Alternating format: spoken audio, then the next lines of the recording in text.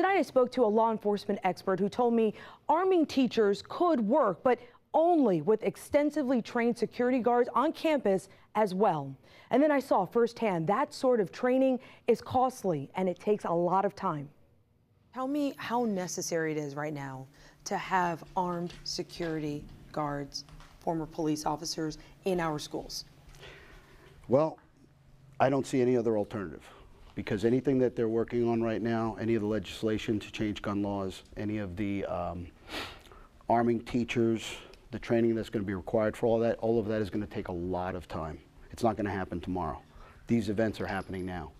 The only way to stop these events is with a man with a gun, a good man with a gun to stop a bad man with a gun. Russell Ricaldi is a retired Homeland Security Special Agent. He now runs ITAC Services, which provides armed security guards for schools. He gave me a look at how he trains his people. You have multiple active shooters, which of course we've had in the past. You have a hostage situation. In this depiction we have a child, and then we have innocents. Again, the training and the ability to shoot in between innocent people and actually hit the bad guy. So the training has to be extensive, not only in mindset, but also firearms training, knowledge of terrorist incidents, knowledge of active shooters, telltale signs, and pre-surveillance. You need either a veteran law enforcement officer or a veteran of the military. Those are the only people that I hire in my company, and that's the only people for this job. What is it that you do when you're training people? The training has to be extensive. It has to start with mindset. So the person that we choose has to already have a combat mindset, a survival mindset.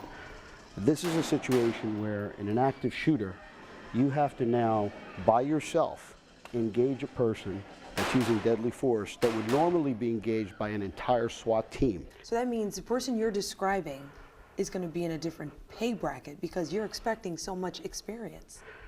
The average security guard in Florida makes somewhere between $10 and at the top end maybe $11, $12, $13, $14 maximum. That's for an armed security guard.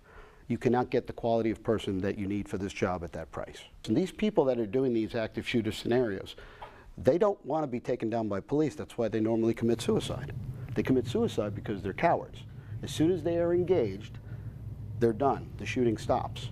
So if they know that there's an armed, trained person on the campus, they're not going to pick that campus.